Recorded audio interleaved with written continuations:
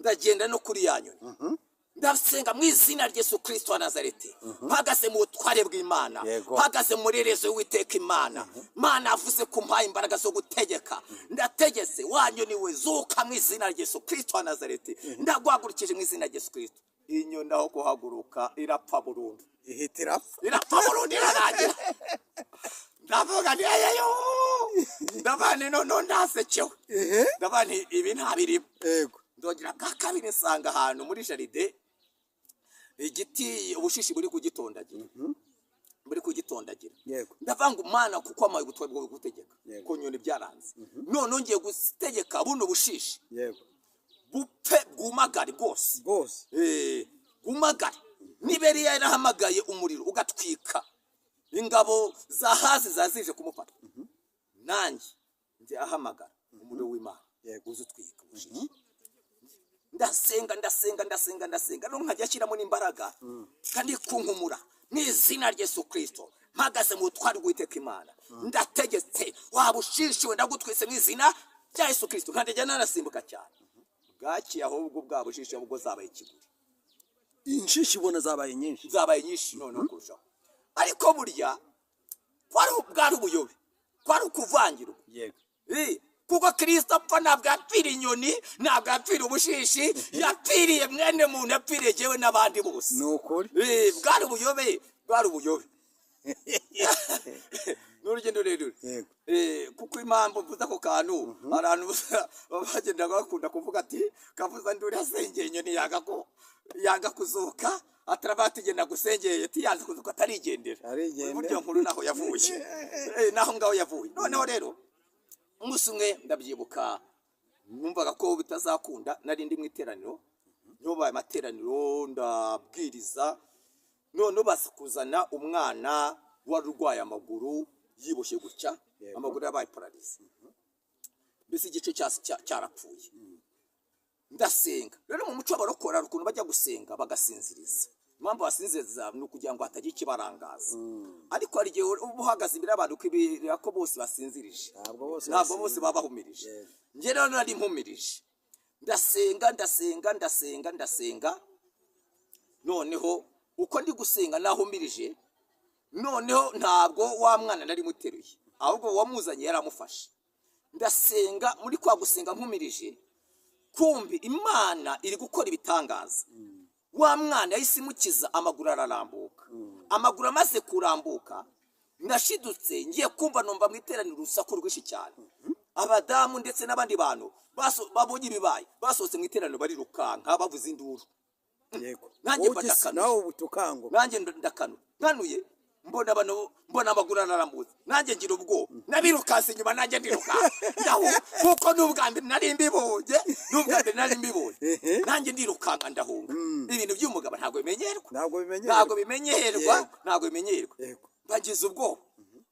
bagize ubwoba cyakoze hashize akanya tugaruka mu rusengero tumaze kugaruka mu rusengero amateraniro akomeza gatoya twita dusoza turataha kwindishura kabiri Imana itangira kugenda ninyura twari mu masengesho y'imisi 3 none twari mu masengesho y'imisi 3 ku munsi wa kabiri bazana umuntu wari impumyi ariko ntabwo yari yaravutse ari impumyi ahubwo yaje guhura n'abagome baramuhumanya abimpumyi noneho baramuzana ku munsi wa kabiri twari mu masengesho y'imisi 3 mba musengeye ndasenga cyane ndi mu mbaraga z'Imana ndi mu bihe byiza umuntu ntiyahumutse baramucyura bamusubizayo bamaze kumusubizayo nabo wagira ngo bari bafite kwizera gukomeye cyane ku munsi wa kabiri ukurikiyeho twari ku munsi wa gatatu w'amasengesho baramugarura bamugaruye turateranye havuga ngo Mana yanjye nk'uyu muntu w'ejo yanze gukira ubu bamugaruriye iki barashaka nkomeza gukorwa n'isoni umuntu namusengeye yanga gukira none baramugaruye nikomereza amateraniro sinamusengera ariko bishyira mu masaha y'amasaha 11 numva binjemo numva Yesu anjemo numva imbaraga z'Imana zinjemo ndangije n'abantu bamwe bari batangiye gutaha ndagera wa mukobwa ndamusengera maze ndasenga ariko bigeze hagati nibuka ijambo Yesu Kristo yageze avuga ni cya gihe bamwerekaga uwarivutse ari impumyi ngo yatobye akondo acira hasi atuba akondo akamusiga ku maso avuga ngo genda hegera mu kidendezi urahumuka. Njyewe ndebye kuko twari mu nzu hari sima nta butaka bwari buhari, yego, ngo nanjye nkora nk'ibyo Yesu yakoze. Ariko nibwo nagiye nahagaze mu kwizera nshyira ku kiganza mukubita ku maso ndavuga ngo mu izina rya Yesu Kristo wa Nazareti wampamagaye humuka. Ako kanya arahumuka, ni ukuri, ako kanya arahumuka. Abantu mbese kuko ndabyibuka harimo impamvu mbivuga nuko harimo n'abari bahari, ndumva cyeka n'umuhanzi witwa Afurika yari yahateraniye, Afurika ho hano ku Gisozi yari yahateraniye n'abandi ishyamba. Imana rero ikora ibitangaza. Ubwo ni uko nguko Imana yagiye intinyura. Undi munsi ndabyibuka nari ndi mu giterane hariya mu murenge w'Induba ahantu habira isoko, ndi munsi ivuriro harimo abahazi. Noneho nari kuri hariya isoko nari nasabye ubuyobozi gukora igiterane hariya mu isoko, mu burenganzira ndagenda nkoramo igiterane. Noneho mpagaze kuri podium cyo giterane cy'iminsi ibiri, umwuka w'Imana ameshura mu iteraniro umuntu waje wize mu giterane kugira ngo mbese kwimvira ijambo ry'Imana. Yagenderaga mu mbago, numva umwuka w'Imana arambwiye ngo bwira uriya muntu arambika imbago hasi agenda. Muvandimwe narebye gutya mbone igiterane harimo nk'abantu 2,000. Ndagije shaka kumubwira ngo mu izina rya Yesu Kristo arambika imbago zawe hasi genda. Ariko nenda kwimubwira ndebe abantu bangose nagiye kumva numva abademoni nk'igihumbi na 500. Barambwiye tekavuza ndure urasebye ibaze ugiye kumubwira ngo arandike imbago agende. Igiterane kizwi abayobozi barimo hari inzego zitandukanye zirimo, ugiye natagende urajyahe ndihangana ryajwe ndakire ngagiza ndakomeza ndabwiriza. Ariko nagaruka ngo ubwire uriya muntu arambika imbago ze hasi agende. Ubwo nabwo nagiye kumva imbaraga nyinshi ziramfashe ijwi rambwira ngo mubwira ambika imbago hasi agende. Ndavuga ngo mu izina rya Yesu Kristo wa Nazareti rambika imbago zawe hasi ugende, Imana yaguhagurukije. Nta nubwo namurambitse ikiganza, ako kanya Imana iramuhagurutsa arakira. Bamwe mu bantu b'abayobozi bari bahari, bamwe baje guhinyuza, umwe yavuye muri tente twari twateye araza aza kumwegera ngo arebe koko ko akize, kuko tugomba kwemera ko abantu babonye. Asanga arakize. Imirimo ye rero Imana ikomeza aho ngaho. Mbese Imana ibindinze gukorwa n'isoni gutyo naho ngaho. Ubwo rero bihereye aho ngaho nibwo noneho natangiye kugenda Imana inyambika imbaraga ndatinyuka najya kugenda nsengera abarwayi benshi bagakira, Imana inkoresha. Ariko si jewe ni Imana mu ijuru yabikoraga. Nibyo twese turabizi, twagiye tubibona, ni birebire ntabwo twavuga ngo tuzabirangize, ahubwo tugeze ku kindi gice cyo kugira ngo kuko ntidukora ikiganiro kirekire tuguhereza umwanya utugezeho message noneho Imana yaguhaye uno munsi.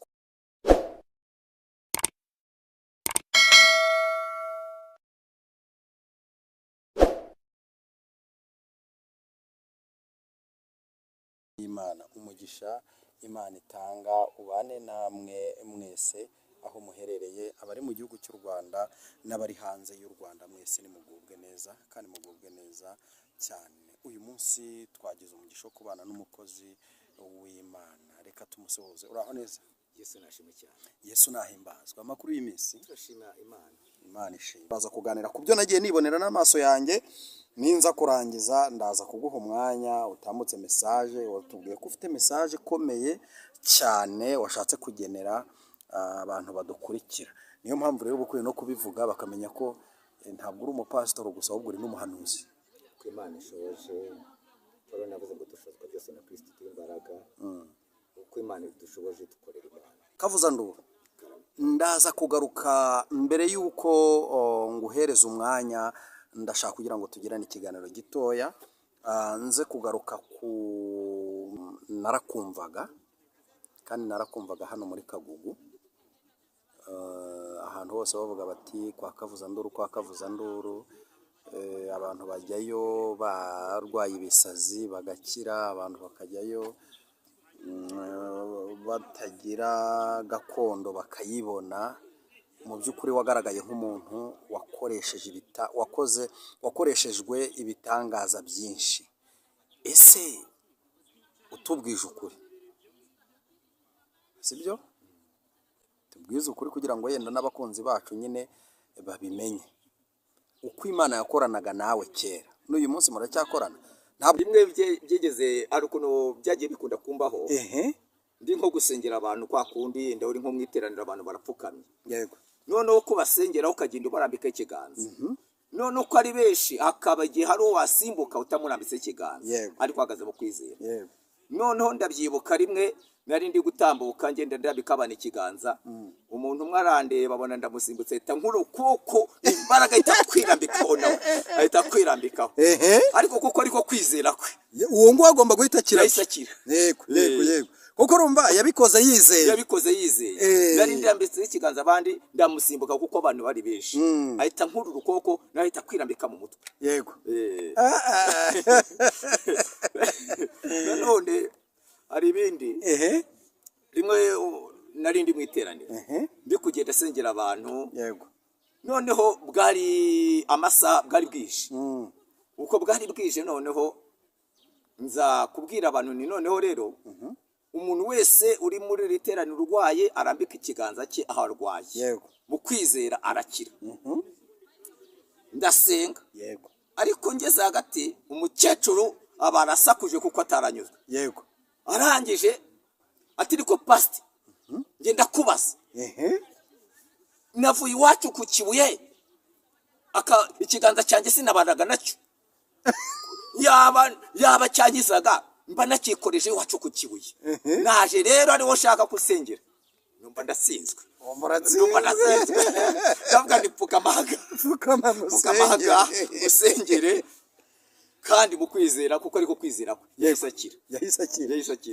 Muri make ariko hari akantu kari gukunda kuzamo, akantu kitwa kwizera. Akantu kitwa kwizera ni akantu gakomeye cyane abantu bakwiye kwitaho. Ni akantu abantu bakwiye kwitaho, akantu bita kwizera. Abantu rero bagerageze bizere kuko icyo umuntu akoze cyose yizeye bishobora gukunda. Kwizera nicyo cyambere. Kuko urumva ari ngo wagukuriye ukuboko akirambikaho, ari no wakubwiye ati naje nje gushaka ikiganza cyawe, nawe nuko byagenze. Ariko n'abari abakozi b'Imana rimwe na rimwe ari ukuntu ajya habamo gushidikanya. Kuko na Paulo yaravuze ngo nyiri umwana nakoraga iby'ubwana. Ariko maze gukura siga nkora iby'abakuru. Noneho mbere haraho yarabanje kuvuga ati iteka ngerageza gukora ibyiza ariko bikananga imbere. Yego. Ariko nyuma uko agenda atinda mu mavuta Imana imwana izindi mbaraga nibwaje kuvuga ati noneho narwanye intambara nziza yo kwizera. Sigaye noneho meze nk'ibisuka ku gicaniro. Igisigaye mbikiwe ikamba ry'ubugingo ry'Imana asezeranyije abayubaha. Rero umunsi umwe impamvu mvuze iryo jambo ku bigendanye no kwizera, Imana ikimpamagara yajya kimbwira ko izankoresha. Kumbwira ko izankoresha ariko ntabwo nabishyikiraga. Hagira n'ubwoba Imana ikavuga nkaba nahanura yenda ariko ku kintu cyo gukoreshwa ibitangaza nkagira ubwoba cyane. Imana ikambwira ati uzasengera abantu bazahumuka, uzasengera abantu bazatimbago. Yabimbwira mwumva nkagira ubwoba nkavuga ngo ibaze kana wanyumva. Uri nko mwiteraniro ukabwira nk'umuntu ngo rambika imbago zawe hasi ugende atagiye. Naramuka atagiye Mana bazahita bantiramo amabuye bitempo. Noneho rero umunsi umwe ntibivuga gutyo ndagenda sanga ahantu inyoni yapfuye iri gusamba. Ndavuga ngo kugira ngo nizere ko bya bintu Imana imbwira izankoresha koko bizaba. Ndavuga ngo ngiye gusengera inyoni nizuka ndahita amenya ko ya Mana izankoresha izabana nanjye. Ndagenda kwa kuvuga ngo umuntu asengera abantu ashyizemo imbaraga. Ndagenda no kuri ya nyoni ndasenga mu izina rya Yesu Kristo wa Nazareti, mpagaze mu butware bw'Imana, mpagaze muri rezo y'Uwiteka Imana. Mana avuze ko mpaye imbaraga zo gutegeka, ndategetse wanyu niwe zuka mu izina rya Yesu Kristo wa Nazareti. Ndagwagurukije mu izina rya Yesu Kristo. Inyoni aho guhaguruka irapfa burundu, irapfa burundu, irarangira. Ndavuga nti ayeyo, ndabane none ndasekewe, ndabane ibi ntabirimo. Ndongera bwa kabiri nsanga ahantu muri jaride igiti ubushishi buri kugitondagira, buri kugitondagira. Ndavanga Umana kuko amaye ubutware bwo gutegeka ko nyoni byaranze. None ngiye gutegeka buno bushishi bupfe bwumagare bwose, bwumagare. Niberiya yarahamagaye umuriro ugatwika, ingabo zahazi zazije kumufata. Nanjye nzi ahamagara umuriro w'Imana uzutwika ubushishi. Ndasenga no nkajya ashyiramo n'imbaraga kandi kunkumura mu izina rya Yesu Kristo. Mpagaze mu butware bw'Uwiteka Imana, ndategetse wabushishiwe ndagutwise mu izina rya Yesu Kristo. Nkandejya narasimbuka cyane, bwaki ahubwo bwabushishi ahubwo zabaye ikiguri. Inshishi ubona zabaye nyinshi, none kurushaho. Ariko burya bwari ubuyobe, kwari ukuvangirwa. Kuko Kristo apfa ntabwo yapfira inyoni, ntabwo yapfira ubushishi, yapfiriye mwene muntu, yapfiriye jewe n'abandi bose. Nukuri bwari ubuyobe. N'urugendo rurerure. Kuko impamvu mvuze ako kantu, abantu bagenda bakunda kuvuga ati kavuza nduri asengeye inyoni yanga kuzuka, atarabatigenda gusengeye tiyanze kuzuka atarigendera. Buryo nkuru naho yavuye, naho ngaho yavuye. Noneho rero umunsi umwe ndabyibuka, numvaga ko bitazakunda, nari ndi mu iteraniro, nyobaye amateraniro ndabwiriza. None basakuzana umwana wari urwaye amaguru, yiboshye gutya, amaguru yabaye paralize, mbese igice cyarapfuye. Ndasenga rero mu muco w'abarokora ukuntu bajya gusenga bagasinziriza. Impamvu basinziriza ni ukugira ngo hatagira ikibarangaza. Ariko hari igihe uba uhagaze imbere y'abantu ukibwira ko bose basinzirije, ntabwo bose baba bahumirije. Njye rero nari mpumirije, ndasenga. Noneho uko ndi gusenga nahumirije, noneho ntabwo wa mwana nari muteruye, ahubwo wamuzanye yaramufashe. Ndasenga, muri kwa gusenga mpumirije, kumbi Imana iri gukora ibitangaza. Wa mwana yahise imukiza, amaguru ararambuka. Amaguru amaze kurambuka, nashidutse ngiye kumva numva mu iteraniro urusaku rwinshi cyane. Abadamu ndetse n'abandi bantu babonye ibibaye basohotse mu iteraniro barirukanka bavuza induru. Nanjye ndakanuye, mbona amaguru ararambutse, nanjye ngira ubwoba, nabirukanse inyuma nanjye ndirukanka. Kuko n'ubwa mbere nari mbibonye, nanjye ndirukanka ndahunga. Ibintu by'umugabo ntabwo bimenyerwa. Bagize ubwoba, cyakoze hacize akanya tugaruka mu rusengero. Tumaze kugaruka mu rusengero, amateraniro akomeza gatoya, duhita dusoza turataha.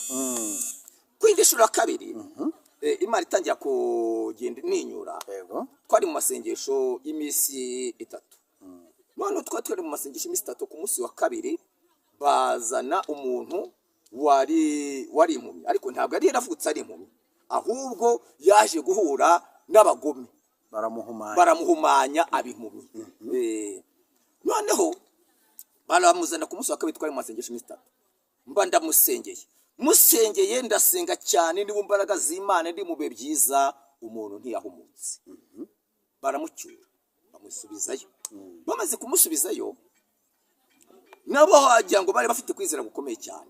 Ku munsi wa kabiri ukurikiyeho, twari ku munsi wa gatatu w'amasengesho, bamugaruye aratera, turuteranye havuga ngo Mana yanjye, nk'uyu muntu w'ejo yanze gukira, ubu bamugaruriye iki?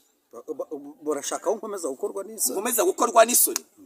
Umuntu namusengeye yanga gukira, none baramugaruye. Nikomereza amateraniro, sinamusengera. Ariko bishyira mu masaha 11, numva binjemo, numva Yesu anjemo, numva imbaraga z'Imana zinjemo.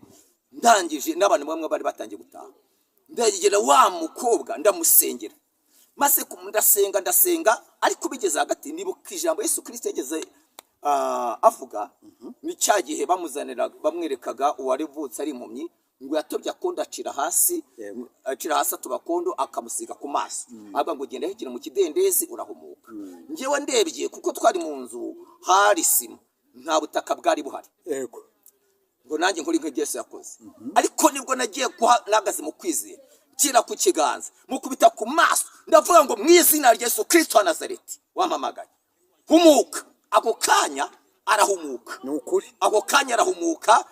Abantu mbese kuko ndabyibuka harimo impamvu mbivuga nuko harimo n'abari bahari, ndumva cyeka n'umuhanzi witwa Afurika yari yahateraniye, Afurika ho hano ku Gisozi yari yahateraniye n'abandi ishyamba. Imana rero ikora ibitangaza. Ubwo nuko nguko Imana yagiye intinyura. Undi munsi ndabyibuka ndi mu giterane hariya mu murenge w'Induba ahantu habira isoko, ndi munsi y'ivuriro harimo abahazi. Noneho nari kuri hariya isoko nari nasabye ubuyobozi gukora igiterane hariya mu isoko, mu burenganzira ndagenda nkoramo igiterane.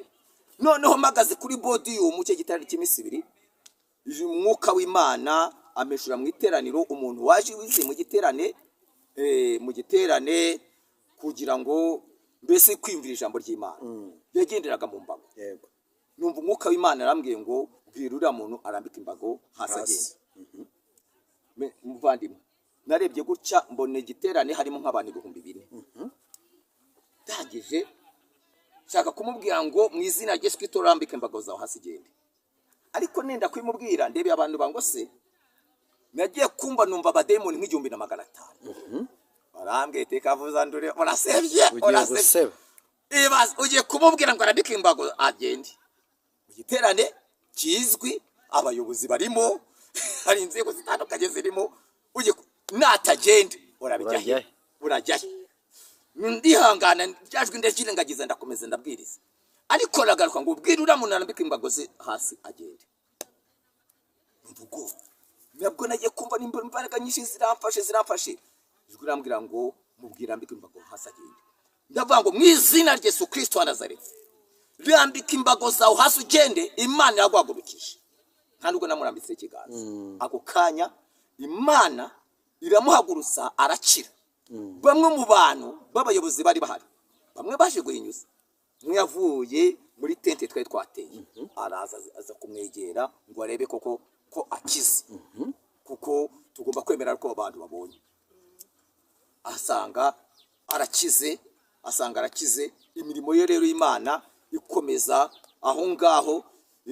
Mbese Imana ibindinze gukorwa n'isoni gutyo naho ngaho. Ubwo rero bihere aho ngaho nibwo noneho natangiye kugenda Imana nyambika imbaraga ndatinyuka najya kugenda nsengera abarwayi benshi bagakira, Imana inkoresha. Ariko si jewe ni Imana mu ijuru yabikoraga. Nibyo twese turabizi, twagiye tubibona, ni birebire ntabwo twavuga ngo tuzabirangize, ahubwo tugeze ku kindi gice cyo kugira ngo kuko ntidukora ikiganiro kirekire tuguhereza umwanya utugezeho message noneho Imana yaguhaye uno munsi, kuko tuzakorana byinshi, tuzagenda tubigarukaho, tugaruka ku mirimo n'ibitangaza Imana yagiye gukoresha. Ariko tubivuze twaza gusoza tutaratambutsa message yakuzanye. Karibu. Urakoze cyane. Reka dusome ijambo ry'Imana dusanga hano mu butumwa bwiza bwa Yesu Kristo ko bwanditswe na Yohana.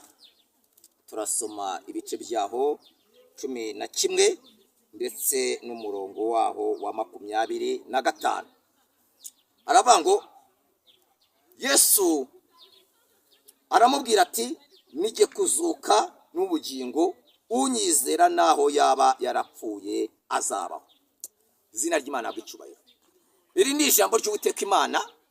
Yesu ubwe wivugaga yihamiriza, haba ngo nijye kuzuka n'ubugingo, unyizera naho yaba yarapfuye azabaho.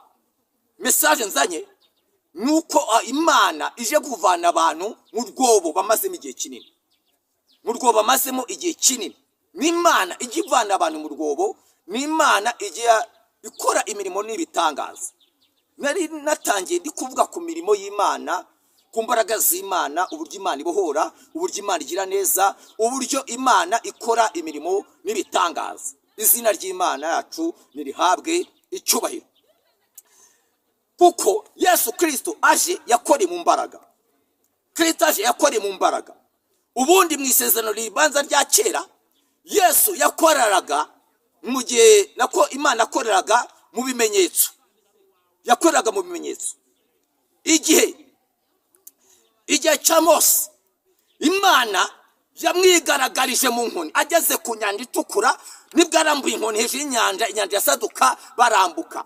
Igihe cya Eliya Imana yigaragarije muri serwakira. Igihe cya Elisa Imana yakoreye mu mwitero ageze kuri Yorodani icekamo kabiri. Igihe cya Yosuwa Imana yakoreye mu rubura. Igihe cya Gideyoni Imana yakoreye mu muri n'ibibindi. Igihe cya Dawidi Imana yakoreye mu muhumetso ndetse n'ibuye. Igihe cya Yosuwa Imana yakoreye mu rubura. Izina ry'Imana mu ijuru rihabwe icyubahiro. Igihe cya Ezekiyeli Imana yakoreye mu musatsi, rwamubwiraga ngo fata umusatsi wawe utwike. Imana yakoreye mu gihe cy'ibimenyetso. Ariko mu gihe cya Yesu, haleluya haleluya, Yesu we mu gihe cya Yesu ntabwo aje akora mu bimenyetso, yaje akorera mu mbaraga, yakoreye mu butware. Niko kuvuga ngo nta butware mu isi no mu ijuru, unyizera naho yaba arapfuye azazuka azabaho. Izina ry'Imana mu ijuru rihabwe icyubahiro. Dusomye ijambo ry'Uwiteka Imana cyangwa se tukavuga ku mateka y'imirimo y'Uwiteka Imana, tugeze mu gitabo cy'Itangiriro tubonamo inkuru y'umusore witwa Yosefu. Uyu Yosefu bene se bamugira ishyari, bamujugunya mu rwobo, bamuta mu rwobo, aragenda, mbese bamugambanira Imana ihari, bamujugunya Imana ihari, bajya inama yo kumugira nabi Imana ireba, bamuta mu rwobo Imana ireba, barangije bamusigamo. Bageze ariko mbere ko bamwica nako bamugira nabi, umwe yatanze igitekerezo. Amaze gutanga igitekerezo bati two kumwica, ahubwo reka dufate umwambaro we tumwambure, tusiga amaraso, tuzawushyira data Yakobo, tuzavuga ko inyamaswa y'inkazi yamuririye mu ishyamba. Imana tuje neza. Wari uzi ko hari igihe abantu bateranira bagakora inama yo kwiga ku muntu, hari kwijuru gateranya inama yo kumurengera. Hari igihe abantu bateranya inama yo kurenganya umuntu, ari kwijuru gateranya inama yo kumurenganura. Bamutaye mu rwobo, nta muntu n'umwe wari uhari, nta muntu n'umwe wari uri kumwe nawe. Imana tuje neza. Hari igihe ushobora kubura Imana mu kagerageza ukoroshye, ariko ukazayibona mu kibazo gikomeye. Imana ishobora kudaseruka mu bicurane, ariko igaseruka muri kanseri. Ishobora kudaseruka muri malaria, ariko igasohoka kuri diabete. Nje kuvuga ngo mwijwe ari Imana ikina finale. Bamugambanira Imana ihari, bamugira nabi Imana ihari, bamuta mu rwobo Imana ihari, ariko igihe kigeze Imana iza gukina finale, iza gukina finale. Ndi kuvuga ngo nta hantu Imana itavana umuntu, nta n'ahantu heza Imana itakugeza, nta rwobo rubaho Imana itakuvanamo. Rebi konsi kontarabo, nta rwobo rubaho Imana itavanamo umuntu. Hejuru imbaraga z'abademoni hari imbaraga z'Imana, hejuru ibiteye ubwoba hari imbaraga itabara, hari imbaraga z'Imana, hari Imana ibohora, hari Imana ijya neza, hari Imana izura, hari Imana ibeshaho, hari Imana ijya neza, Imana ikiza, hari Imana irema imirimo n'ibitangaza. Izina ryo mu ijuru Imana yacu rihabwe icyubahiro. Haleluya haleluya haleluya haleluya. Bamutaye mu rwobo, bamutaye mu rwobo, nta tuzi twari turimo, nta cyo kurya cyari kirimo, ariko igihe abantu bamutayemo ijuru riteranya inama yo kuza kumurengera. Imana ubwayo mu mbaraga zayo imwivanira mu rwobo, imuvana mu rwobo. Hari abantu rero message nahawe, hari abantu bari mu rwobo, urwobo rw'ikibazo, waba mu rwobo rw'uburwayi, waba mu rwobo rw'igisuzuguriro, waba mu rwobo rw'amadeni. Imana tuje neza. Ariko hari Imana ije kuvana abantu bari mu rwobo, hari Imana kuvana mu rwobo burimo, hari urwo rwobo utinzemo, hari Imana guteruramo, hari Imana kujya neza. Imana mu ijuru, Imana ihabwe icyubahiro. Imana haleluya haleluya. ushobora kuba uyibura mu kibazo cyoroshye ariko ikaza gukina finali. Mu ijoro hari imana ikina finali, hari imana ikina finali, hari imana ikina finali mu kibazo gikomeye, imana ikaza igakina finali. Rero twasomye ijambo Yesu arakavuga ngo unyizera naho yaba arapfuye azabaho. Haleluya, haleluya, haleluya. Azabaho. Yebwe navuze ngo nijye mutsima amaraso zo mu ijuru, basogokuruza baremane mu butayu ariko barapfuye. Haleluya, haleluya, haleluya. Ariko urya umubiri wanjye naho yaba arapfuye azagira gute? Azabaho. Yesu ashime cyane. Uwo mutsima z'ubwa mbere wigaragaza. Ndavuga ku buryo Gideyoni yawubonye. Gideyoni Imana imaguse kujyana kurwanya n'abamidiyani, ngo yaragurutse aragenda, ngo ariko agiye kubarwanya, ngo Imana avuga ngo hagurukana n'umugaragu wa Pura mujye ku murugero rw'abamidiyani, mujye gutata mumenya amakuru yabo. Ngo ariko akihagera yumva umwe arotoyereye undi inzozi, arabati rero nabonye irobe rya Seyiri rimanuka mu rugerero, rimaze kumanuka rigwa hejuru y'ihema ryacu, kandi ihema rigwa rigaramye. Amana agicubero. Haleluya, haleluya, haleluya. Amahema y'abademoni agomba kugwa agaramye, ihema ry'abademoni rigwa rigaramye. Mwatuje neza kuki ryagwa rigaramye, yo riza kugwa ryubamye ejo ryakongera rigahaguruka, yo ribandagara ejo ryakongera rikeguka. Ni Imana irandura ikibazo igihereye mu mizi kugira ngo kitazagaruka, ikakigarika, ikagikubita hasi, ikakigarika. Haleluya, haleluya. Nuko undi aramusobanura ati wabonye ntabwo uzi ibyo ari byo, ati uryo rebe ry'umutsima ni inkota ya Gideyoni mwene Yowasi Uwiteka yamutugabije. Imana mu ijuru yabwe icyubahiro. Ngo Gideyoni akibyumva ava ngo Uwiteka arashyigikiye, ari kumwe nanjye, azankoresha, azangira neza, azanyigaragariza, azabana nanjye. Izina ry'Imana yabwe icyubahiro. Kuko aramaze kumva amakuru yuko ihema ry'abamidiyani rigwe hasi rigaramye, ihema ry'abademoni bubatse ku buzima bwawe. Ndaguhanuriye ririgwe rigaramye mu izina rya Yesu Kristo. Ihema ry'abazimu rigwe rigaramye, ihema ry'abademoni rigwe rigaramye. Imana ikubakira amateka mashya, ikoremera amateka mashya. Izina ryo mu ijuru ry'Imana yacu rihabwe icyubahiro. Haleluya, haleluya, haleluya, haleluya, haleluya.